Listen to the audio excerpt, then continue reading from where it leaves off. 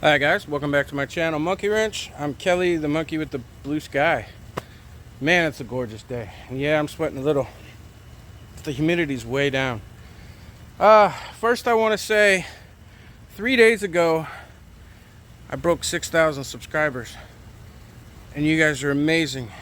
And I've been trying to figure out what I could do to say thank you for 6,000 subscribers.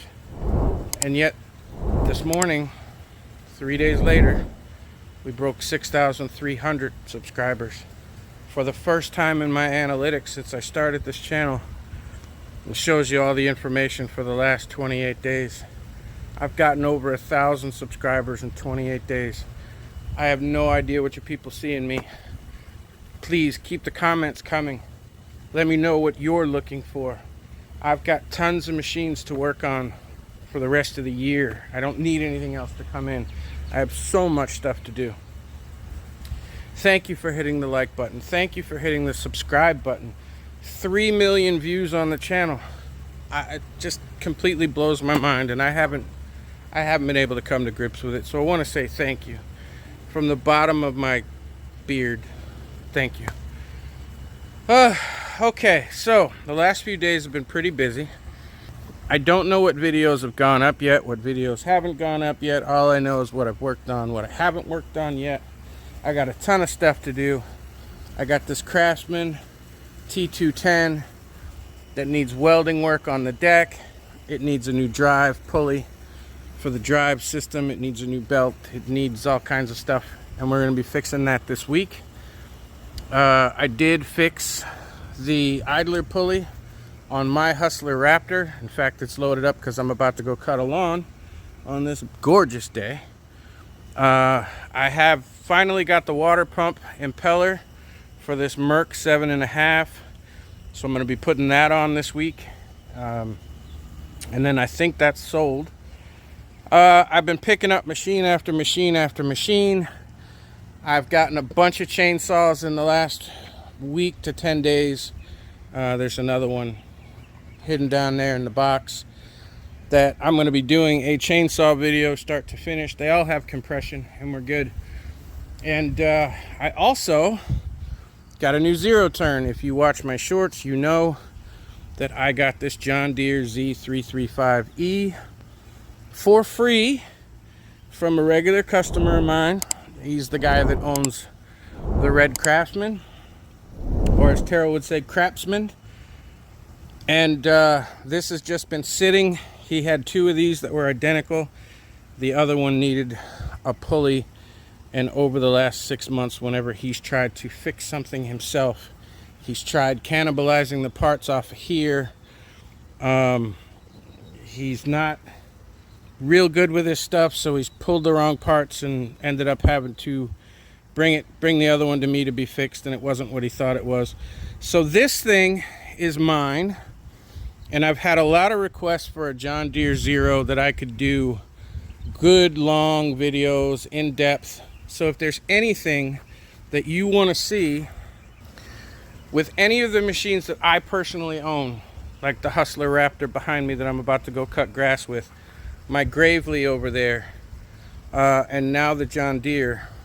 If there's something specific that you need, because the machine will be here, there isn't anything that I can't do for you. Even if there's nothing wrong with the machine, all you have to do is say, hey, can you show me how to do this? And I will pull apart a perfectly good working machine just to show you how everything works, how to repair, how to replace, how to troubleshoot, put it back together. It goes for any of the boat motors that I own. It goes for anything I own. I'm here for you guys. I'm not here for me. Because damn, if I was, I wouldn't be making all these videos. So, there are days when I just feel like, you know what, I'm going to do something for me. I'm not doing a customer repair. I want to do something for me. So what I do know is that I have given this machine right here love over the last 2 years when it belonged to its previous owner. I've done the oil changes on it. I've done any adjustments that were necessary on it. And frankly, there was nothing wrong with this. He just had 2 identical machines, and the other one was slightly faster and slightly shinier, So he just pushed this one aside and was using that and the Craftsman over there. Because he's a single guy. He cuts 40 lawns a week, but it's just him. So he doesn't need all the extra equipment. And he said, look, if you can use this, if you can make some videos, good on you. So what I know about it so far is the seat has been taken off. Now, I didn't ask him why, but the seat has been removed. Now, it's just a set of pins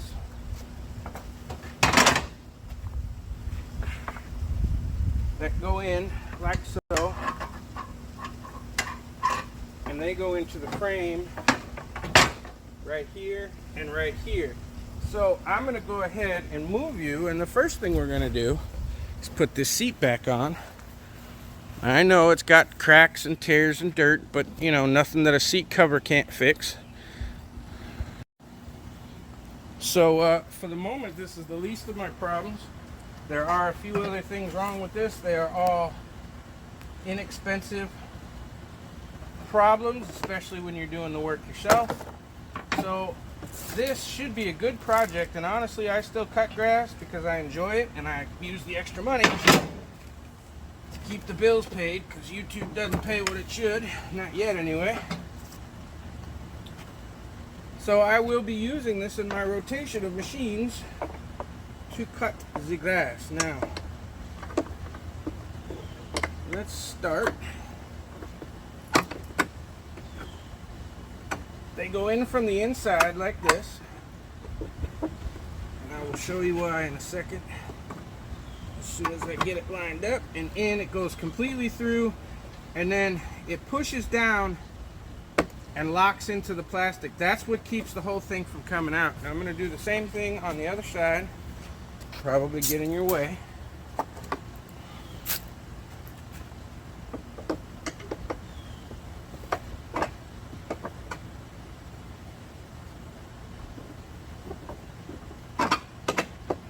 Okay, so let me see if I can get closer and show you what I mean.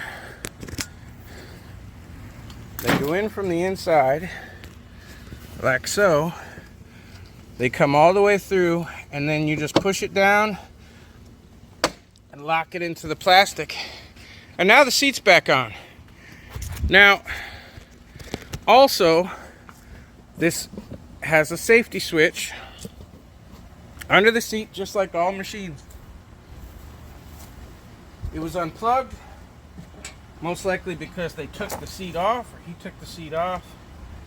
Who knows if it works, who knows if it's broken, but I'm going to go ahead and plug that back on. Now with this machine, just like many, as long as your brake is in the on position, you can still start and the machine will run. The only time this seat switch comes into play is if the blades are on and you get off the seat.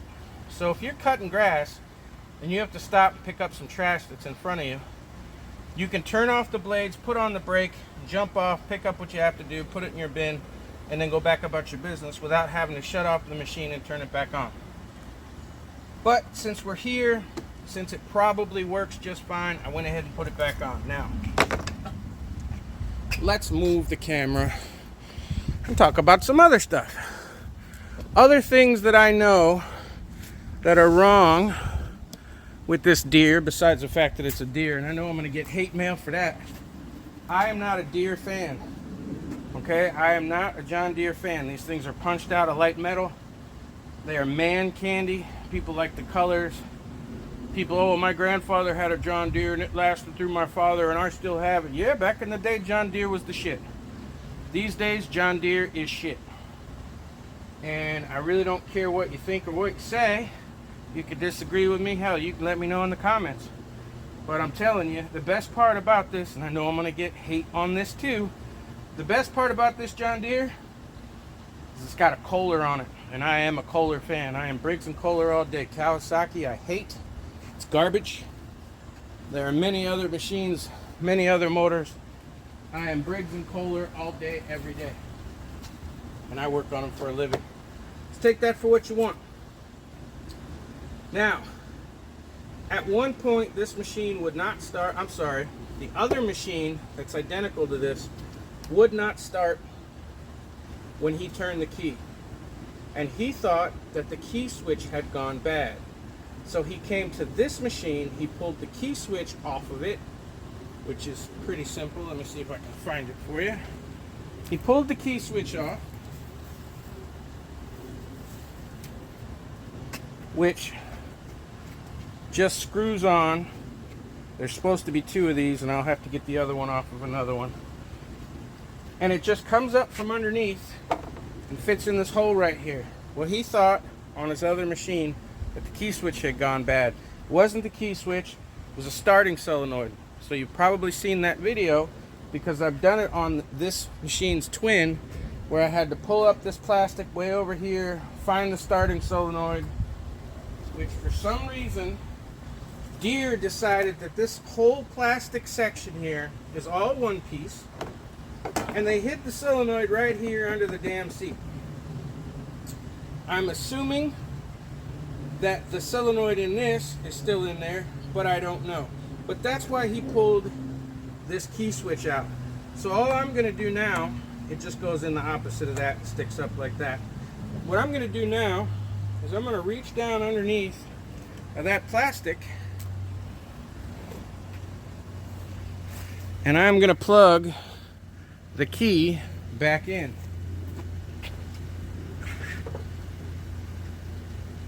Temporarily, because I don't know what else is going on with this thing. I do know that the battery had gotten corroded, and when I went to remove the battery, the terminal broke. So I have another terminal. I gotta cut the end off of this, put a new terminal on there. I charged up the battery. So we're gonna find out what happens. And I was messing with key switches last night or yesterday just to see if I had one that worked. So this is the original one that came out. You just have to find the wire harness. I really can't show you that, but it is just a plug. You just line it up. Because unfortunately, again, to get to the stuff that's under here means this whole plastic cowling all the way across, including the seat, has to come off. And I'm not doing that. I'm just going to reach up underneath and do this. Now I'm going to find what I just pulled off. There it is. Now from underneath, this just feeds through the hole. It's kind of tight down here, so you're going to have to work your way through it. And you're going to have to make sure it goes up. And then you just put your screw washer on top, and that holds it into place. Now, I'm not doing anything else until I get this battery in it and click the key and find out what we can find out. The solenoid could be bad. The key actually might be bad. Who knows? So for now, we have it back in place. We have that screwed down. This is a key off of my Gravely that fits because he lost the key, but now we have a key for it. Now I'm going to take this and I'm going to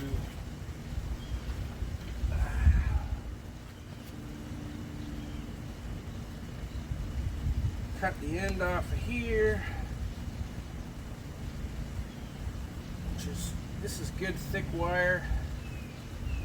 So usually what I do, try to cut through a third of it at a time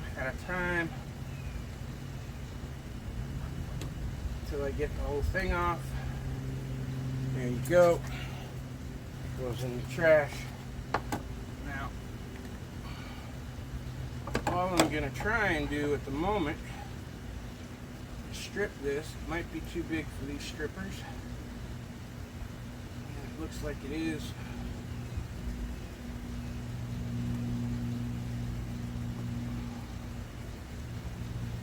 Oh man, I love my strippers, but sometimes they're just too small. Okay, so let me go ahead and get a razor knife. I'm going to have to strip those, and I'll be back in a second. Alright, let's try that. We're gonna do this old school. We're just gonna get this stripped. Yeah, I know, I don't have a razor knife. I tend to keep them right in here in their little case. And for as little as I use them, it seems to work just fine. I'm sure I have a razor knife somewhere. I just don't know where the hell it is.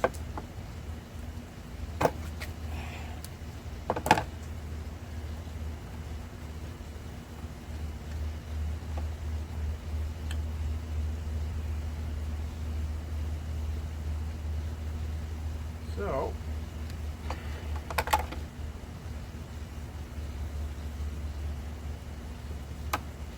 come on. I try and show you guys this in real time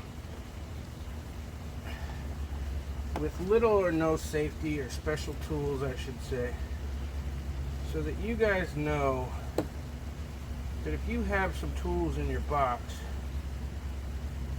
everybody knows if you have tools in your box, you can work on a lawnmower. But people get intimidated when these big zero turns. Oh, that thing cost me $4,000. And there's no way I can work on it. You can, absolutely. And not only that, in most cases, you don't even need specialty tools.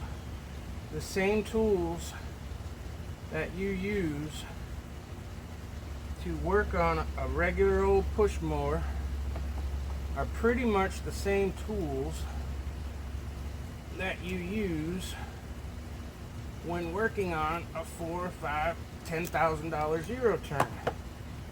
Alright, so now we got a new end on it. Man, I hope that terminal's big enough now that I think on it. Okay, good. Now what I'm going to do is get the battery, which is right here. I'm going to put it in. What I don't have right here with me is another nut and bolt. So I'm going to put this down where it belongs. I'm going to hand tighten the one that was okay that I pulled out.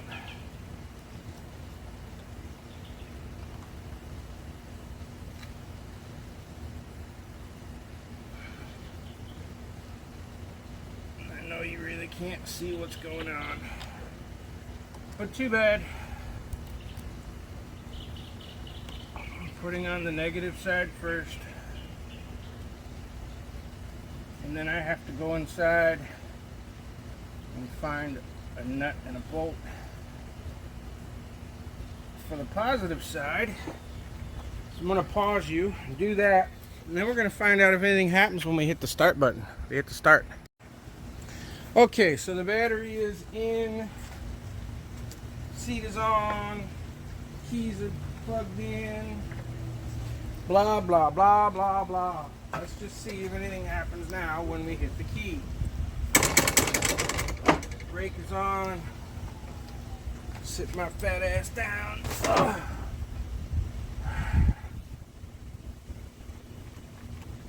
I'm getting nothing out of the key, absolutely nothing, not even a click.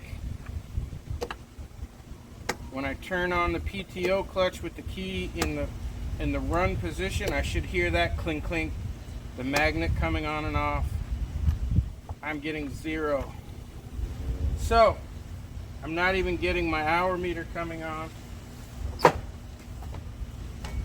Okay. Did I hit the record button? I think I did. Alright. So the next thing to check on here, because I know the battery is charged. I had it on the charger all night inside of my house where I could see it. Near the battery, next to the battery, is a fuse box. This is the cap that goes on the fuse box. And for those of you that go, hey, he already had that off, that's because I already checked the key before I fired the camera back up. So I am going to start pulling fuses because that's the next easiest thing to do. When you know that you have charge in the battery, even if the battery was bad and it charged, it may not have enough to fire up the machine when you put a load on it, but what it would have is enough to make that PTO clutch click to engage the magnet. And we're getting zip, zero, zilcheroonie. So it looks like there's only 4 fuses and a relay. So I'm going to pull each of these fuses. This one, I can't see the window. So,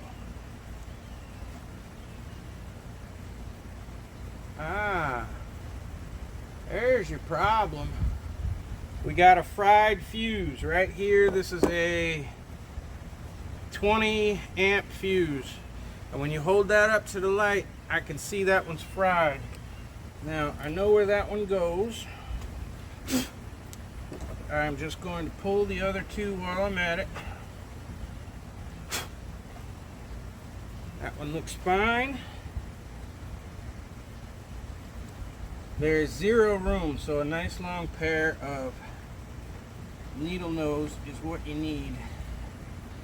You pull the last one, it's a 7.5.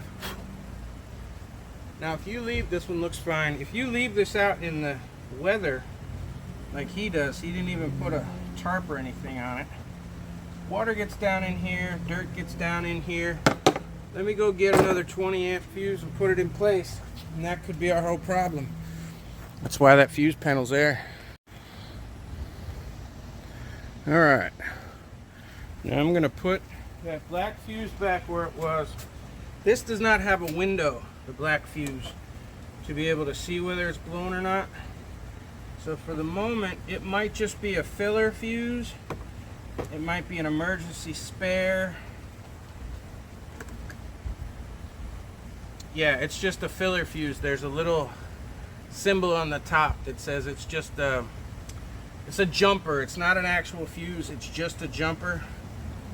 And you would use that in the case of an emergency. I'm going to put it back in the hole I took it out of.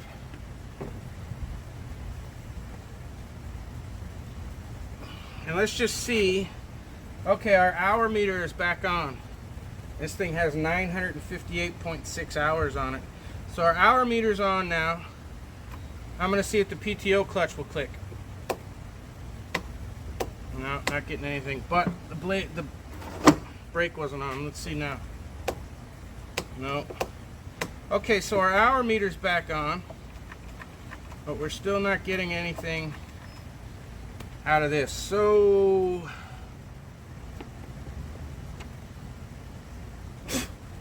just for shits and giggles,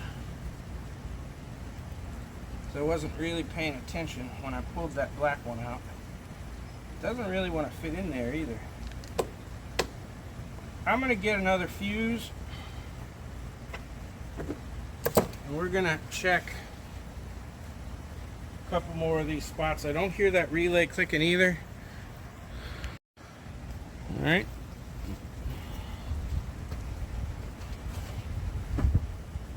I'm looking inside the fuse box, and there's only 2 other spots where you can see that there's wires in there. All the rest of the holes are empty. So, just for the hell of it, I'm going to fill those 2.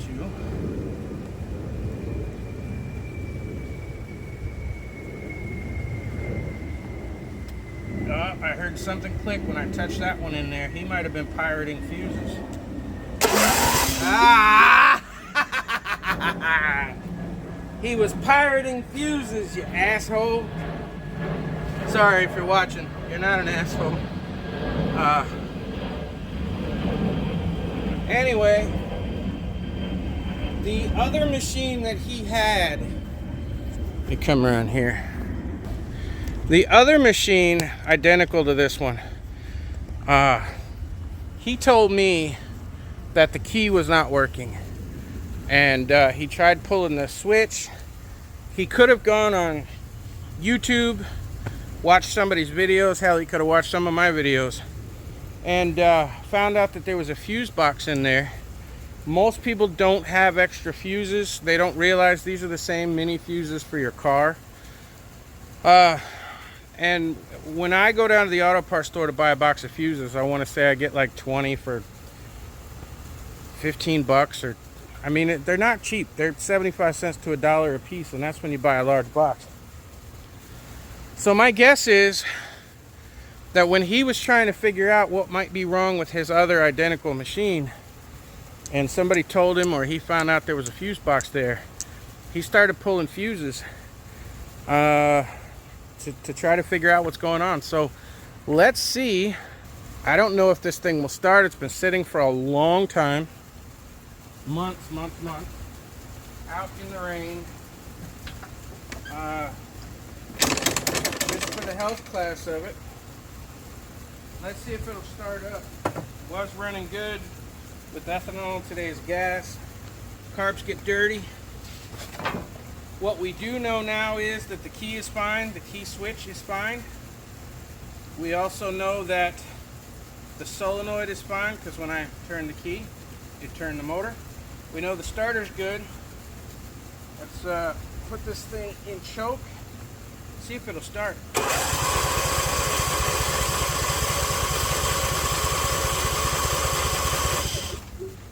Okay.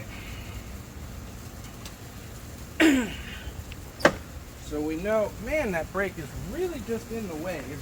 Every time I get on and off it, I kick that brake out. I'm going to get a little bit of carb spray and shoot it down and see if we can get her to bark. Okay, a pretty standard problem on these machines is that these twisters, they get rusted because they're metal underneath and you can't spin them and whatnot. So I'm having trouble getting that off. And I realize again that this is a fuel pump situation. So if it's been sitting for months, it's going to take a few minutes to get fuel. Now that fuel doesn't smell great, but it's going to take a few minutes to get fuel up to prime everything. So I'm going to hit the key for a minute or two and see if it'll make a difference. And then I'm going to have to spray some carb spray. I'm going to have to take the fuel line off and spray it in that way, or I'm going to have to pull the spark plugs in order to test it. Oh, well, that's nice.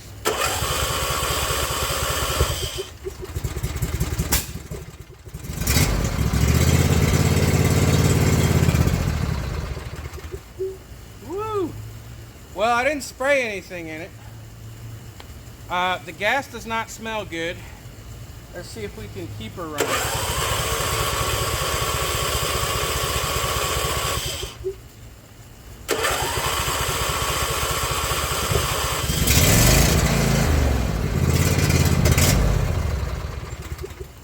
All right, let's try it again.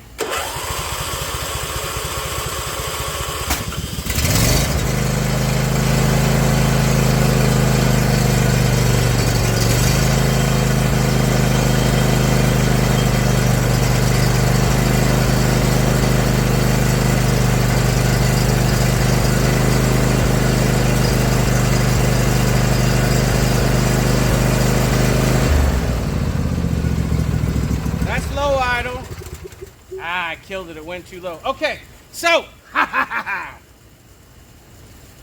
she rides, which I knew she would, even though she's been sitting a long time. Now that carburetor is going to have some funk in it. God knows I tried looking down the fuel tank, and I can't even see. I can't see any fuel in there. I don't know if it's got any fuel. I don't know what's going on. It might not have enough fuel in there. The fuel might be shitty. It might have water. I'm going to try it one more again.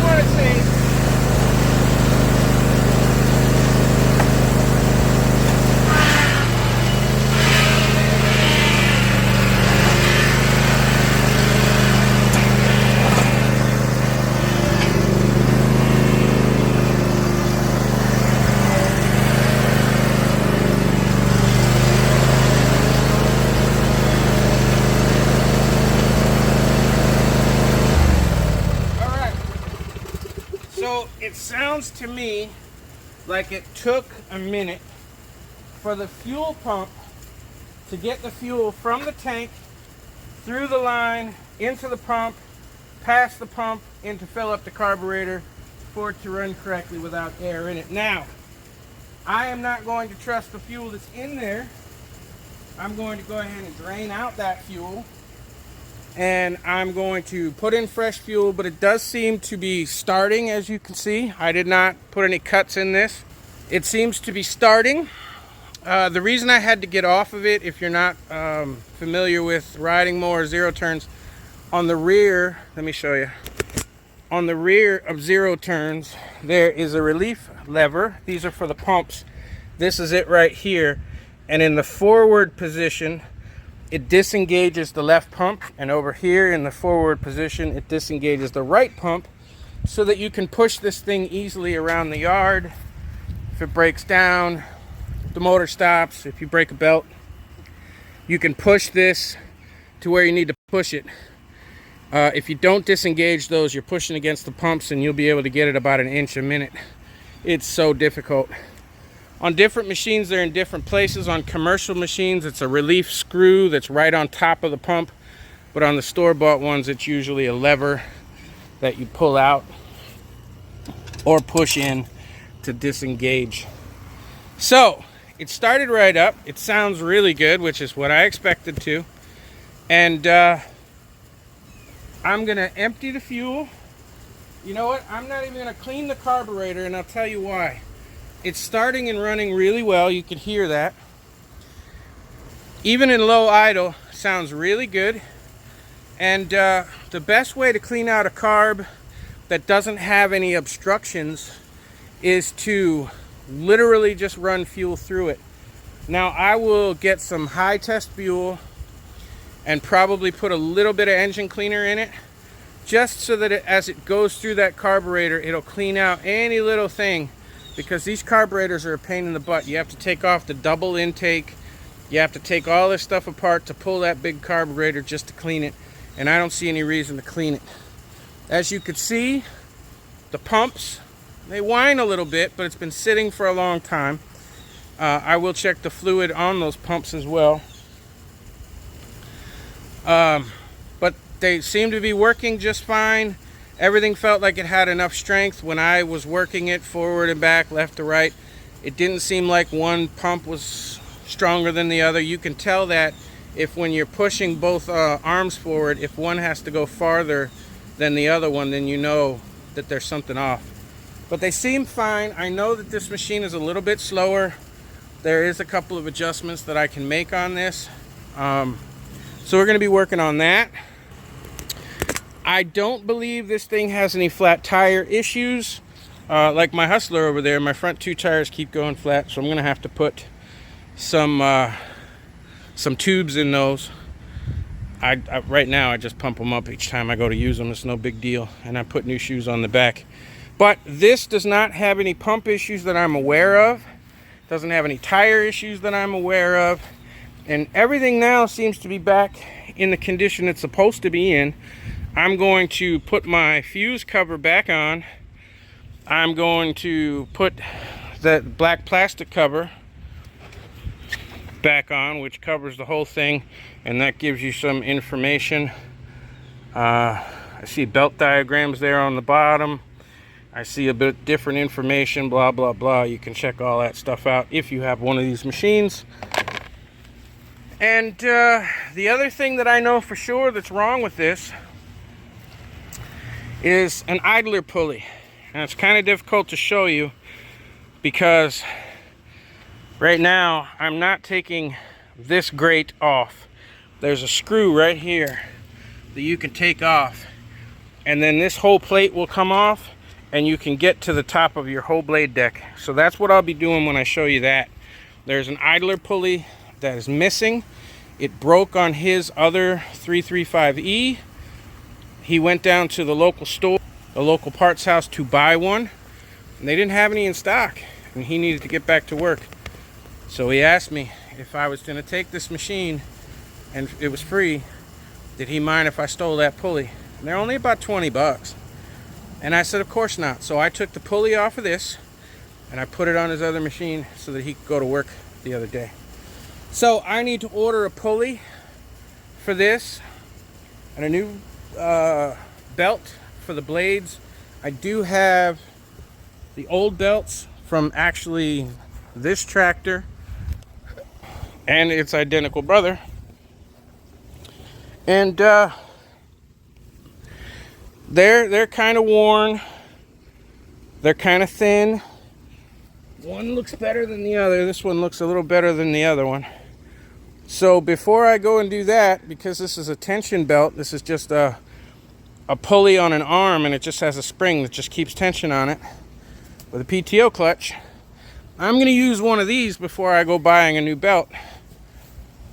As soon as I get this pulley in the mail, which I'm going to order it from Amazon, and hopefully I will put the part number down below in the description. As soon as I get that pulley, I will pull this foot plate up so that you can see everything. We'll reinstall the pulley in the arm, which will take about 5-6 minutes. We'll put the belt on, which will take about 2 minutes.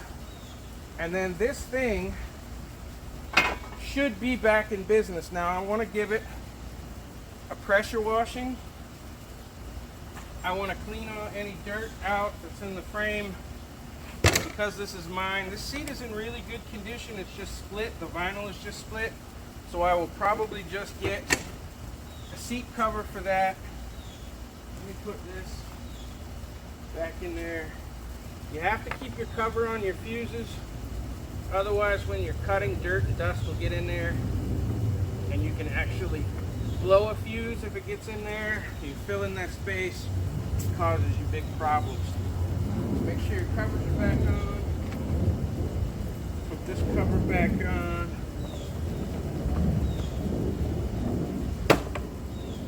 And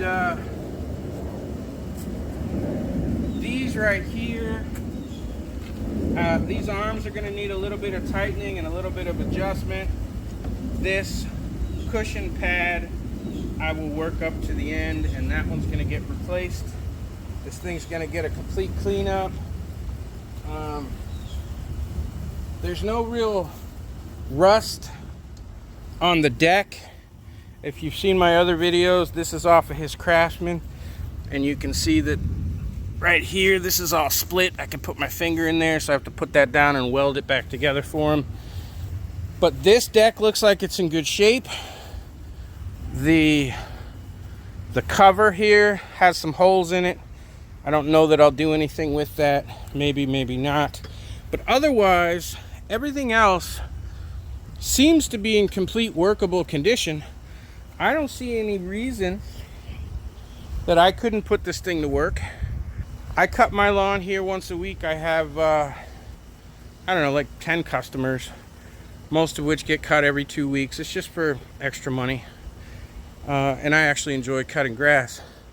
So I'm going to be putting that to work.